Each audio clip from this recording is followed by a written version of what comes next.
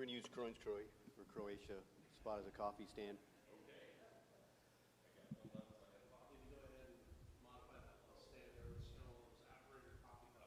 Right, I need one that just stands right there that I can use.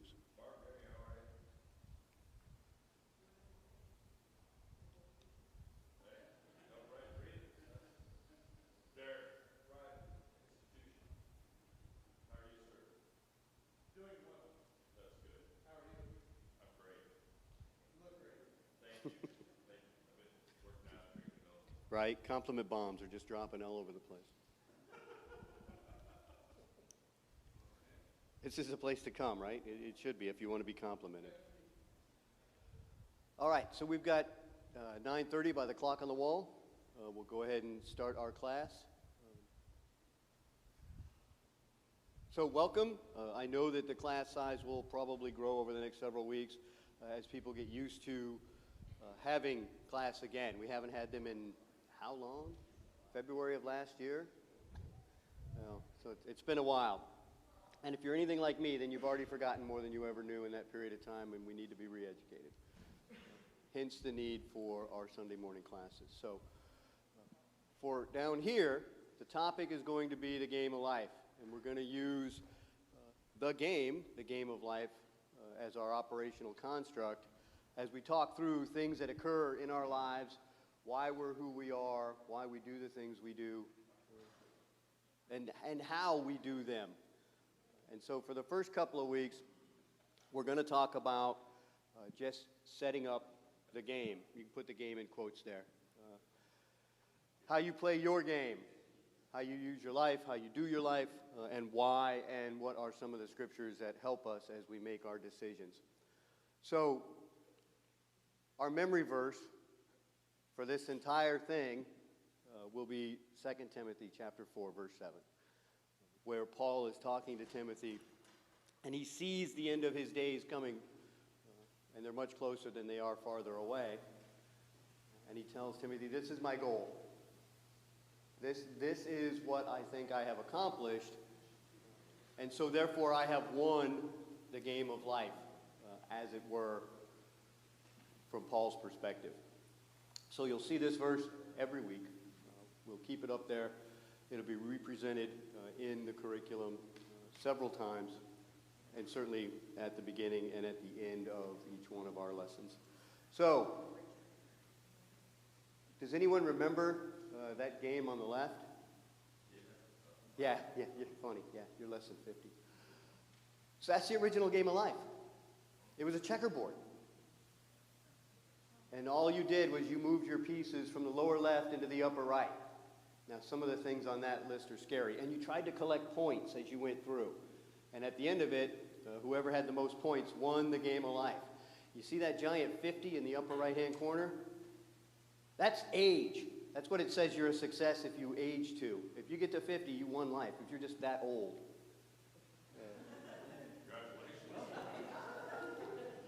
So brief says a little bit easier, but you got to remember this is 1860. And that number actually exceeded our average lifespan. But many of the things that you see on that checkerboard are also represented on the game on the left that most of us probably recognize from our childhood. So you couldn't play the checkerboard game with any kind of dice. They were evil. Which gets to the purpose of why some of these games were created back then by Milton Brothers and all these other companies. Because we were trying to share a philosophy, a view, and a way of life with everyone in our country. And so you couldn't use dice at the time. Dice were a sin, which is hilarious, right? They're just pieces of wood. So they used different shaped dice, and somehow that became okay. And that turned into the spinner, which still kind of takes the randomness out of it, but leaves enough in, but it's not dice, right? That was what was important. So there's been about 26 versions of this game. If you go online, you'll get differing numbers, depending upon how wide you cast your net on what constitutes a version of the game. But each one has the same end state in it. and that's that you win. You play to win, right? And so it pits players against each other and against the board, which is what we're going to talk about today when we talk about the game of life. So some of you may have been or may be blessed enough to have remembered versions of the game before the one on the left. That's right, I'm hoping that came out polite enough. Any observations on those? Okay. It is. Life's more colorful now, right? So, but the reason I ask that is the class is designed to be interactive. If you don't participate, then I'm going to have to just pull it out of you, and it's going to get a little more painful when I just walk up and do a microphone to you, and then we'll see what comes out of your face. So, first thing you have to know about the game of life is that everybody plays. Do you know anyone who's not living? Okay, so I think we can agree on that. So what's the purpose of your life? I would offer that it's to play it well. That's what we want to do. We want to accomplish or be accomplished in our lives. We want to have a task. We want to have a purpose. We want to make sure that we do things that are important. So there's two types of that when we talk about the game of life. So what's the hardest way to play? That's right. Poorly, because you're stupid. Or that, if you want to be more polite about it. So you see this quote thrown around a lot. Everybody's favorite Western hero said it, and most of them get credit for it. But the first time we ever see a sentence that says, you know, life's difficult enough, but it's even more so difficult if you're stupid, was written by George V. Higgins back in 1971. And he throws it in his novel as a one-off, and it just gets away from him, and it starts making its way through American cinematic history, and it becomes, you know, this life's hard, but it's harder if you're stupid. Because you want to play smart. So I think there's a couple of different, that's funny, this thing printed double-sided.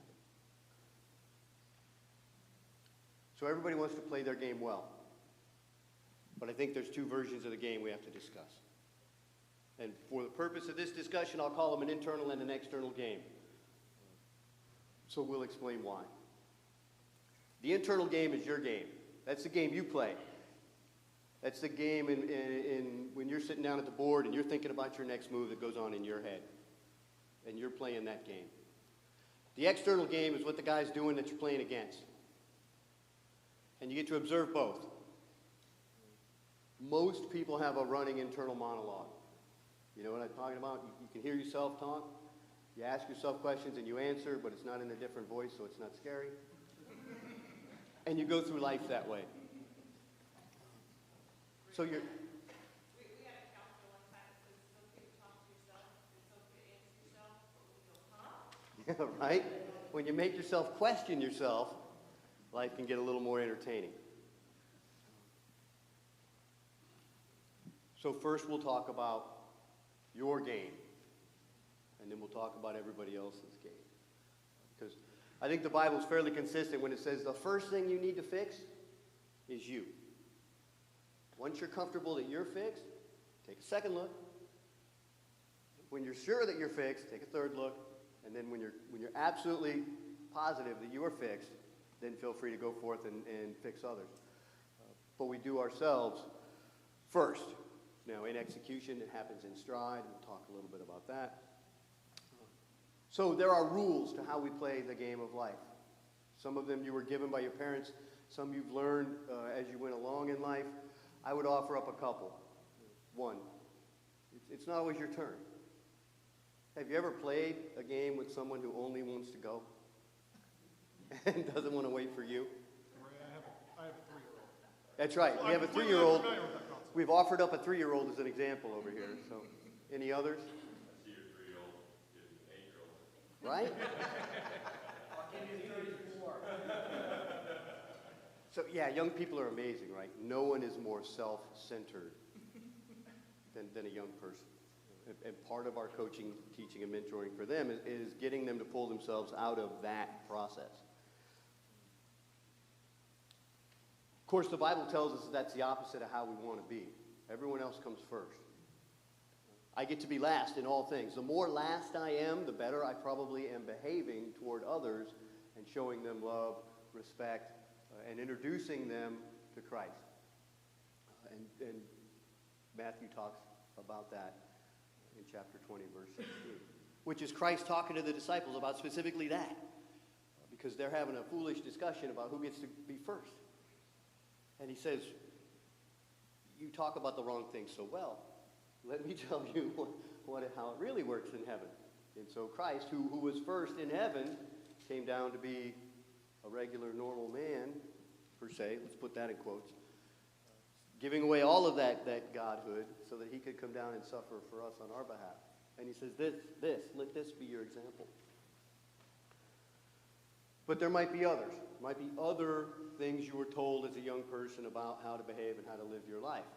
And so one of the ones that we always shared with our children was make good choices.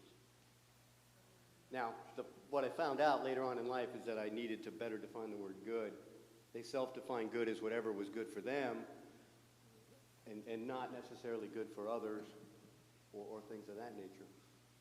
But there are probably others that you know. So what would some of them be? Well, there's a corollary to that. Learn from the bad choices. Ooh. Okay. That's hard to do, right? What are some other ones? How about that one? No lying, cheating, or stealing? Especially in a game, right? Have you ever tried to cut across the game, the chessboard, or in Monopoly, you just move your piece as far as you want, no regard for what you just rolled? How does that work for you with the people you're playing with? That's right. Who has ever come across the bank cheater in Monopoly? And so, the guy who just palms a 50, puts it in his pocket. Everybody knows that guy. It's not a very good bank cheating. Huh? If all they're doing is palming a 50, they're not a very good bank cheater. I didn't say they were good at it. Early on in the game, $50 is a lot, though. Palm the 500. Not in the end. What happens when you try to cheat or take a shortcut in life?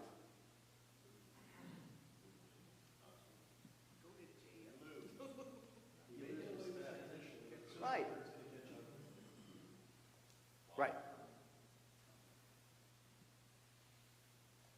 The goal isn't to get to a specific thing that we might desire. I would offer you that the goal is service. And service comes in a lot of forms. It's given to us in a lot of ways, sometimes the ways we're not even looking for. And we're supposed to be focused on that. If you're just focused on getting to the end of the board, what happens to your game? Does it? Really? I don't know anyone who's ever ended their game of life and started over again. I know people who've gone on. I know some Christians who've gone on. Well, you lose the joy of the game. Generally speaking, you have the other components of participants in the game say, I'm not going to play with you. We're done. Wow, I'm taking my stuff and I'm going home. I've heard that one before. When you play with a board flipper? That's usually the person that doesn't get their way that says, I'm taking my way. That's right, that's right. So don't be selfish might be one that we would say. What I'm tracking is that you're asking a question and we're both going with a metaphorical answer and then we're talking about life of the game. Maybe? So no, I'm just saying. Yeah. So some of our answers are based on a game and then the others are obviously based Yeah. So What was, you'll hear this one again in later lessons. And so one of the most important things I tried to emphasize on my children when it came to playing their game and picking the people they were going to play with was, in this case specifically regarding the choice of a spouse, was that always pick someone who has better morals and values than your own. I think if you start out with that, then you're in the right part of the playing field at least. And it'll save both of you so much time and effort.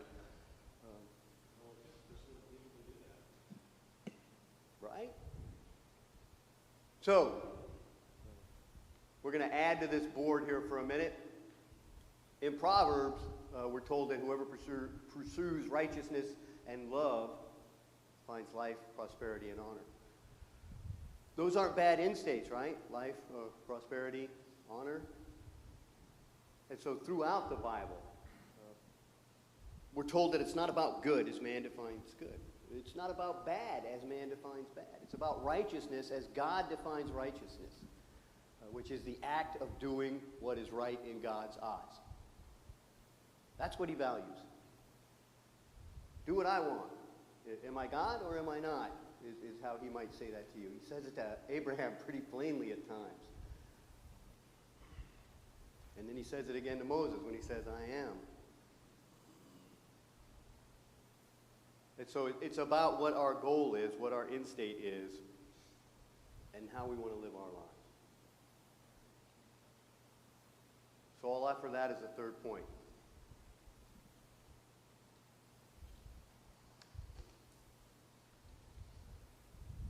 Two games going on, right? The internal and the external game is the way we're defining them here. You've got your game, he's got his game. And now we're back to talking about the board flipper. Have you ever played with someone who has no respect for the game itself, let alone for your game? And it just wanders through life just destroying people's works? They're out there. Our job in this case, in this discussion, is not to be that guy for someone else. So, now, my family isn't always the best example. I'm talking about my childhood family. One of their golden rules was do unto others and then split. I kid you not, we were taught that. It was said so often in our house, it was a family joke. Is that who you want to be? A person who takes what he wants from others and then leaves? Can you do that and be a Christian? I would offer an emphatic no. I would say that's not possible.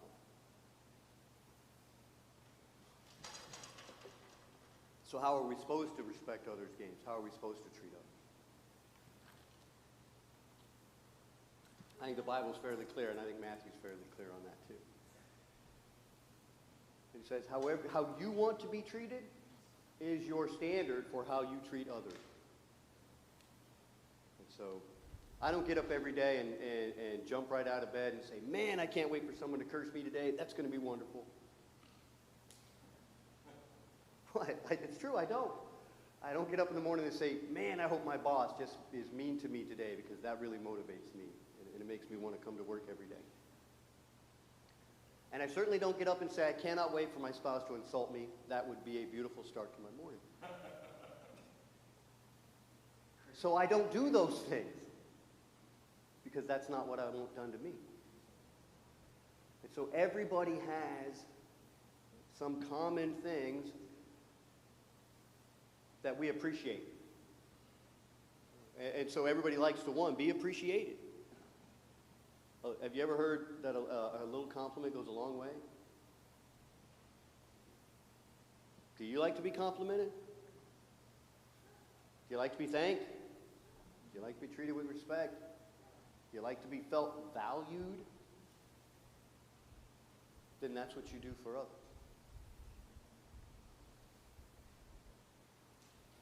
At least that's our goal. I'm not going to hold you to an unenforceable standard that I myself can't attain. But that's what I want to, that's the who, I should say, I want to be as I go through my day. I want to be that person. And then life happens, and then I go and I meet the guy who's also playing his game, and it all just, sometimes I don't react so well at all. So it's discipline. We have to be disciplined in our lives as we play our game so that we learn those things over and over and over. And I envy some of you, and I know that's not great either, but you grew up being taught that sort of intuitively, right? Yeah, I didn't have that blessing. So all of these things I've had to learn in my adult life. And so, if you're a teenager and your parents are crushing you every day about morals and values and poor decisions, one, know that you probably are making bad decisions. That's sort of the sub-definition of what it is to be a teen, right? But it's all about trying to help you move forward and give you enough time and space in your game to learn an understanding of the values that they're trying to inculcate into your life. I looked that word up, so I hope I just used it right. I think I got it. So what else? What are your family rules about your game? Do you have any? You do, whether or not you know it. You should probably spend some time gathering them together in your brain so that you know them. Most people live life passively. We move through life, we bounce off things, and we go on our general course. That's why the game has to have a path on it, so you have something to follow. What I would offer is it's better if you live an active part of life, or if you live actively in that part of your life, when it comes to figuring out who and what you are. Probably the only time in your life as a Christian you might hear somebody say, it's okay in this particular area to be a little self-centered. You've got to figure yourself out. If not, you might get to the end of your life and figure out you're playing someone else's game the whole time. You ever met somebody who is, nowadays the word is codependent, who couldn't make a decision without one particular person's input? Now, I'll excuse husbands a little bit on this. I used to be able to dress myself. Now, every day I pull something out. I'm like, is this okay? Can I wear this in your presence? Will you be seen in public with me in this? You laugh, but because you know it's true. So I don't mean that. I mean, if you really don't know who you are or what your family values are, how well can you be impressing them on someone else? And so, in other conversations we've had with others, there are different things I might mention to them about figuring out who they are. We've had a discussion about red lines in relationships. In case you're unfamiliar with the term, that's a line in the sand that you personally draw that you or others are not allowed to cross. There are things that I will not allow you to do and still be called my friend. I can't do that anymore. You violated our trust, and we're moving on separately. And everyone has one, whether you know it or not. You ought to know it, though. And that's a part of thinking through yourself. And I would offer that it's best if you do that also as a family. So me and my family used to sit down and share dinner every night. It was law. Unless I wasn't available or Denise wasn't available, if there was a parent in the house, children were at the table, we were sharing a meal together. Because I wanted that time and opportunity to talk to them about life. What was going on in their day, how to take a look at that, how to unwrap that situation, decide whether or not you're going to throw it away or carry it on to the next day, and how I and Denise saw life in general. That wasn't done for me as a child, so I grew up on the streets, fairly unregulated, and you would be amazed at the morals and values you can develop when you are uninhibited and unconstrained by any sort of moral adult advice. And so I didn't want that for my children.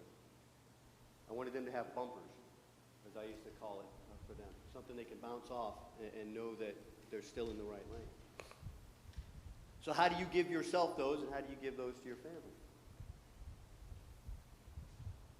I would offer that we transfer most of our culture in the kitchen. Throughout history, that's where people spent most of their day cooking. You prepare for one meal so you can sit down and enjoy it and talk about the next, and then off you go. And you just rinse and repeat that, and there's sleep in there somewhere, but then you get up and do the whole thing all over again. And so we chose dinner to be one of those times for us. So that's your internal game. That's your game, the part of this that you're responsible for as it relates to you. So like I said, probably the only time you'll hear me say it's okay to be self-centered in this particular area. You've got to know you. If you don't actively play your own game, I guarantee you that someone is. And then at the end of it, you're out of time, and you're nowhere near where you want to be on the board, but your time is up. Sir? I believe, just kind of piggybacking on Matthew 7:12, that it's important that we also treat others the way Christ has dealt with us. You know, Yes. Especially when it comes to things like patience and forgiveness. Grace. Great, yeah. I was just going to say grace and mercy, right? The two hands that the Lord extends to us, and you're absolutely right. And one thing we know about God and relationships is when it comes to that grace, He's always doing things in our favor that's going to push us in a positive direction. And sometimes I ask myself, when I'm dealing with my wife or my children or coworkers, is what I'm getting ready to say or do in this person's presence going to be a positive or negative effect? And there's always time to pause, unless it's a life or death situation, in which case, go nuts. Do what you need to do to save a life. We'll work through all the apologies on the back end. But you're absolutely right. We have to show others exactly what we understand Christ has shown us. On that, like you said, Christ has always pushed us in that direction. That's what it's, be careful what you pray for. He'll give you an opportunity to work on it, Right, that's a running joke. Patience, he's going to give you an opportunity to try your patience, to make you, to be more patient. And so sometimes you might not be ready for that. It's a hard thing to learn in life that you've got to allow yourself to be pushed at times by the Lord, especially when we don't see the path. And we may not feel like it's the right area for us to go in. So I would offer two general rules about that. Whenever you think the Lord is pushing you to do something, if it's a skill set you don't currently have and it scares you, it's probably the Lord pushing you in the right direction. If it's something you want to do and it's going to give you personal value, probably not. The Lord always pushes us to be better. Sir?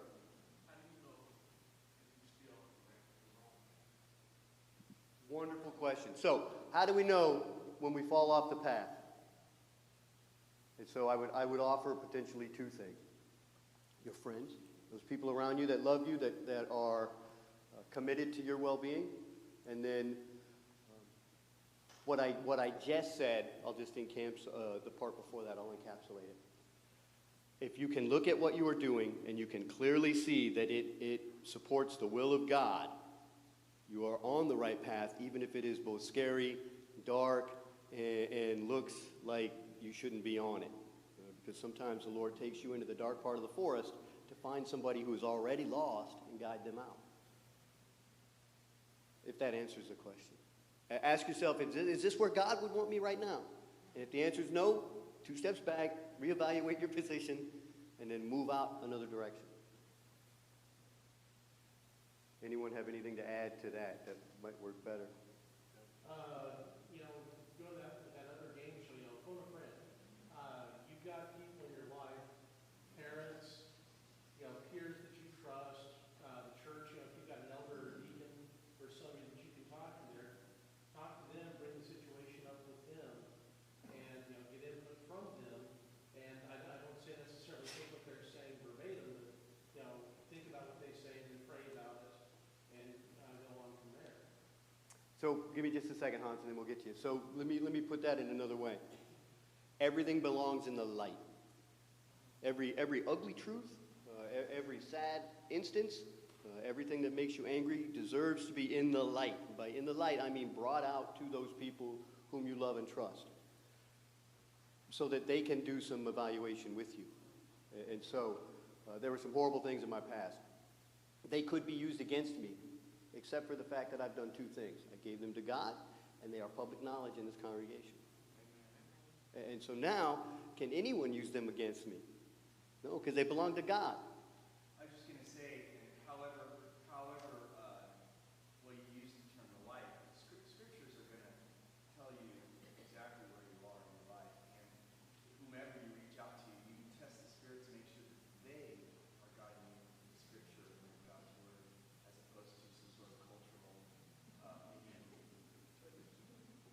That's the Spirit telling me to move on. I think in my life, I said, study to show yourself approved, a workman, not to be afraid. If you study in God's word, you don't need to be afraid.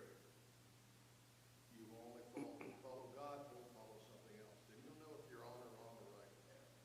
If you're on the wrong path, turn, move. Right, once you can acknowledge that. It's difficult, it is hard. I was Go to God with that change. I was stubborn for more than 12 years, long after I'd come to actually accept that Christ lived and he was who he said he was before I got in the water, purely because I was stubborn. And I didn't think it mattered until I got called on it by a man older than me who was talking to me about it, and he just called me on it. He's like, why are you being a child about this? And I'm an adult man, I'm in my 40s. I'm like, I think to I go don't on know.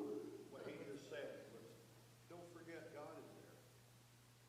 Don't shut him out. He's always there. Turn to him. Hard to do. Yeah, it's hard to let God cast his vote first. It's harder to allow him to cast it second. If any of that helps at all. So I would say the number one takeaway from that is find your Christian brothers and sisters, get them in a huddle. Say, okay, here's the play. Are we going to run that play? If they say no, don't run that play.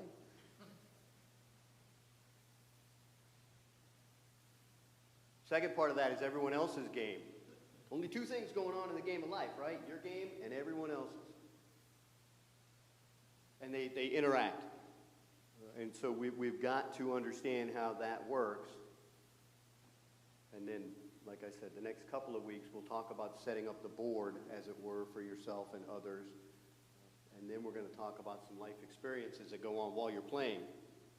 So, what are the rules about someone else's game? I told you my family rule from when I was little, right? Do unto others and then split. That's a horrible rule. The ones I witnessed most recently are that they play more of the game of, scripturally speaking, the game of death as opposed to the game of life.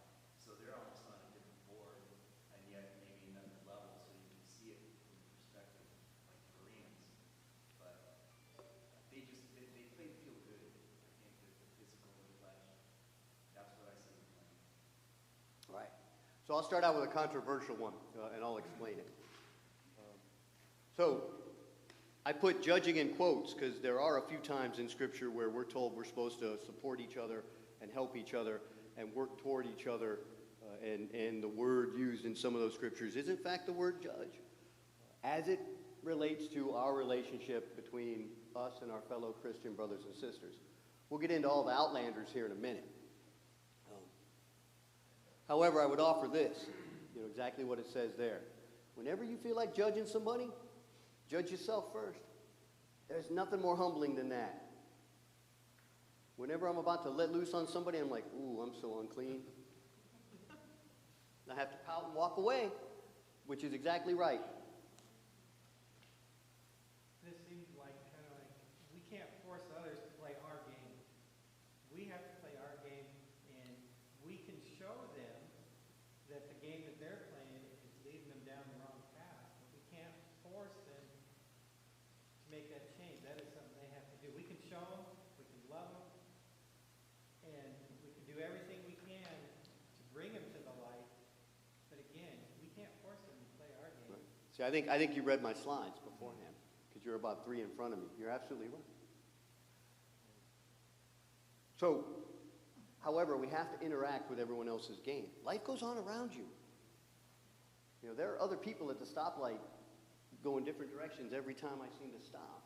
And so we're all interconnected and we're all intersecting all day long.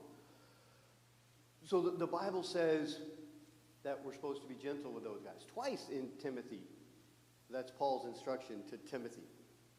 Twice. He says, and now he's talking about our relationship with each other, and our fellow Christian brothers. He says, yes, do it. We have to call each other out. We have to hold each other accountable. We have to hold each other to standard. With Christ as our standard is what he says. And then he says it again. He says, gently do this. Have you ever been browbeaten? If you're familiar with the term, have you ever been just dominated by somebody else in a conversation? And they're just like, So for most of us as teenagers, there might have been a significant emotional moment in our lives where our parents were doing that.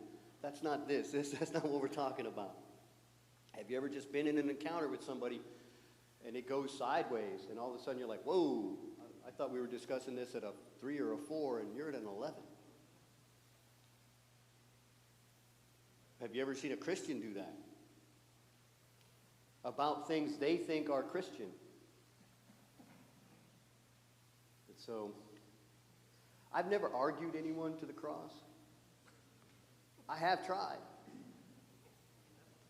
And I sucked at it every time. And there's no other way to say it. And it took me years to figure out that's not what God wanted. And it was humiliating and humbling. And like, wow, I thought I was doing good. And this whole time, it was absolutely the opposite of what you wanted. So we've got to be careful. Watch out for other people's games with an understanding of how they're going to interact with yours. But their game is their game. And then some general rules about just gamesmanship, right? No biting is one I used to give to my kids all the time as they left, even when they were teenagers. Have you ever had somebody take a bite out of your life? Just walk in and cause you pain and wander back out? Yeah, you're going to shave them a time. Huh? What? What are you laughing about? Yeah, of course. It happens a lot in our teen years when we're all just in this big melting pot of school, because there are people there whose job, it seems, is to facilitate drama and create it in its absence. I call them biters. They just walk in your life, take a bite of you, and walk out, cause you pain. And work and play well with others is always great advice at any age. And I have to tell myself that one a lot. Because I've been doing my particular job for almost 15 years now, and the beautiful part about it is that every 2 years, every boss I have changes. The most horrible part about my job is that every 2 years, every boss I have changes. And so what do you think they come up with every 2 years? Good idea, Drew. The same thing. It ain't like I ain't seen it 7 or 8 times now. And so I have to let them come up with it, though. I have to let them play that out. And so, you know, I've got to work and play well with them. Hey, I think that's a wonderful idea. Let me tell you about the 6 times we tried it previously and why we're not doing it now. However, if you want to do this thing, let's go out and get after it. And it's hard. Yes, ma'am. I would say, the other, I think, difficult, challenging thing about that, and play nice, nobody experience, is that when you talk about the game of life, not to let that experience paint the rest of the game. Oh, that's wonderful. Thank you. Yes. Because we can all use experiences and let that be the lens in how we operate out of life, and therefore, Right. versus allowing God's lens to come in and usurp that.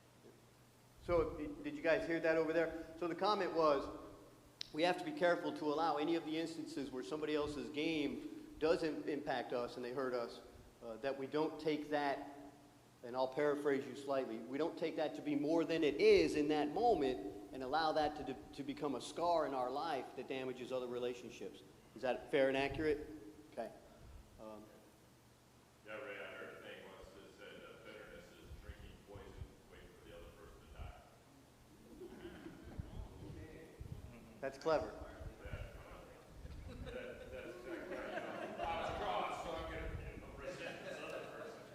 That's right.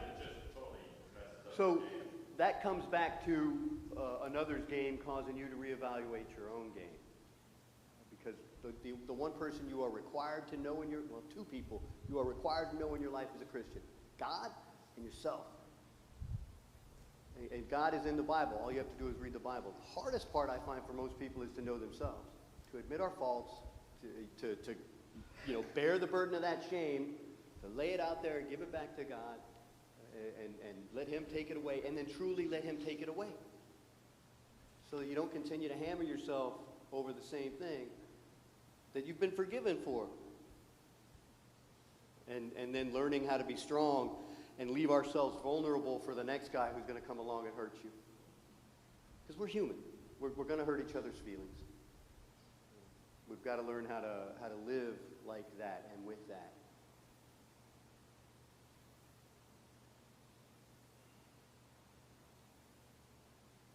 Back to your point. People get to have their game, right? It was very hard for me to realize once I became a Christian that other people could still refuse to be one. It was hard. That's why I used to browbeat them to the cross. And I wondered why it never worked. Best gift I was ever given. Surely you need this gift. Have you ever tried to give medicine to a child that doesn't want it? Yeah, it's like wrestling a koala bear. It's just exhausting. One time, on my little son was like 4, he accidentally on my medication. They gave us the charcoal slurry. Yes. Said, here, drink this. Like, are you serious? He's going, you're just gonna drink it? So he took my boyfriend and spit it all over us, and the nurse realized that was stupid. And so then they had to pump it down his stomach. It's like, yeah, you can't just give a kid charcoal and say drink it. Even good medicine sometimes isn't effective if the patient's not ready. Yes, sir.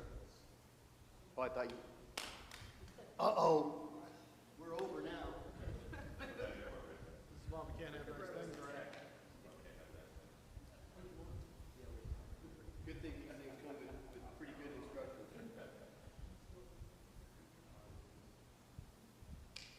So that quote, that's a hard quote.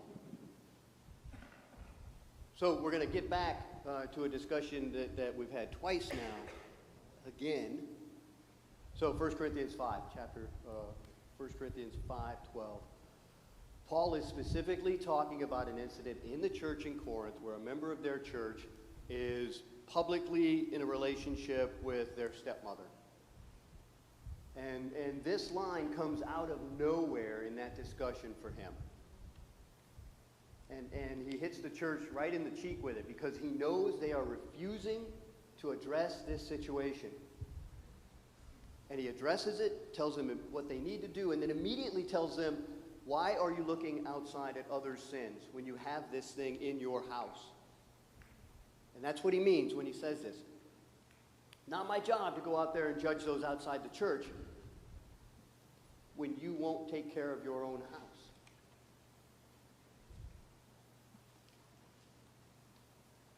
And so it's tough, and that's why judging comes in air quotes. Have you ever met that judgmental Christian who likes to stand out there with that sign and whop people in the head with it and try to hold a Gentile to a Christian standard?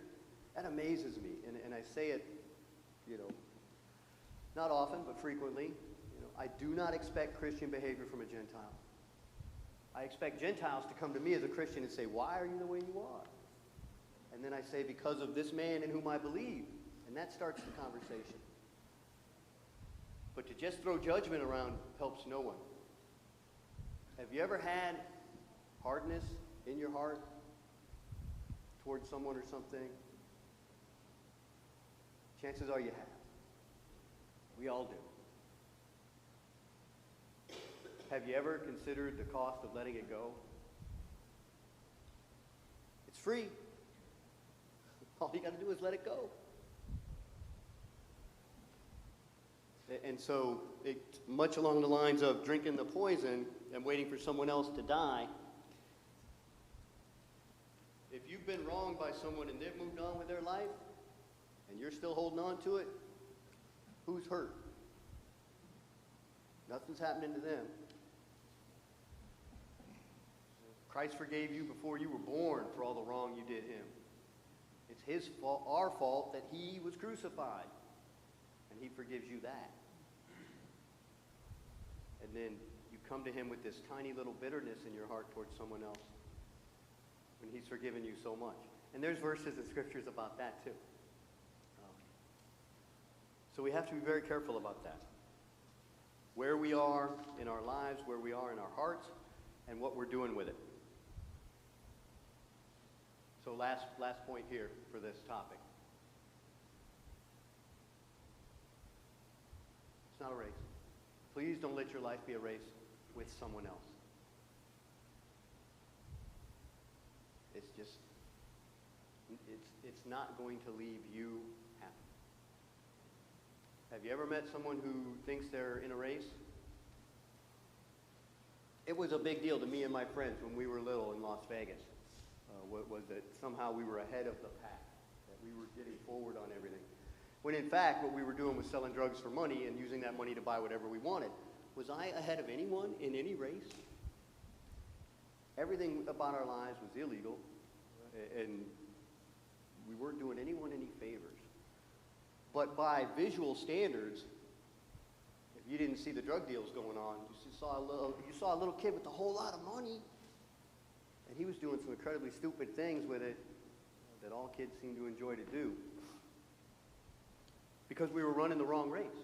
We thought the race was about material goods, getting over on people, getting what we wanted first, and taking care of us. And we were jealous of everyone who was farther along than us as we understood it. And jealousy is an ugly thing to have in your heart. I mean, it just leads to so many bad assumptions and life moves on your board. You're not racing anyone. You can't race anyone because it's really not possible. Far better if you find something like the Holy Spirit, whose name in a lot of the old text literally translates as the come alongsider, to walk with you. And those are the people you're looking for. Have you ever met someone who stands you up and props you up even when you don't need it, let alone when you do? Someone who is so there with you that you can't imagine the day would come in which they would not support you and fail you? Well, one, that's Christ. So let's just get his name on the board. But imagine surrounding yourself with people like that. People who understand life and the game of it as you do and walk with you. And that's supposed to be the church. So we'll add one last bullet onto that everybody plays slide there. And when you talk about this from Ephesians, the Bible talks about wisdom in only one way, similar to how it talks about righteousness. Wisdom comes from God, and in this case it's about fulfilling the will of the Lord, and not as man thinks wise, but as God wants us to be.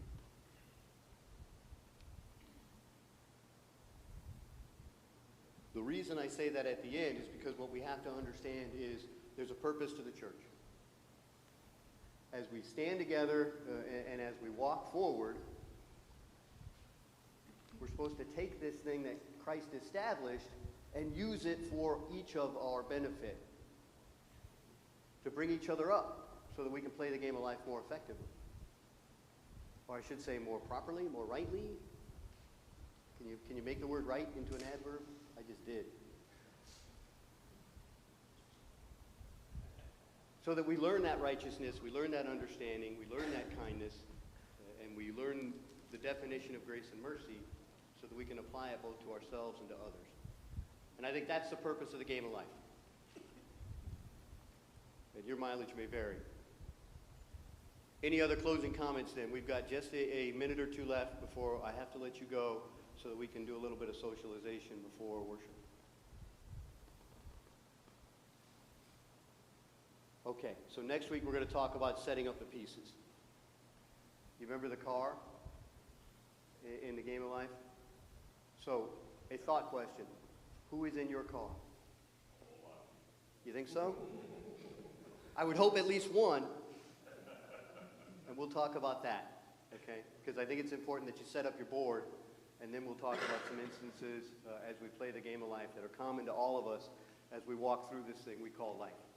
So, thank you for your time.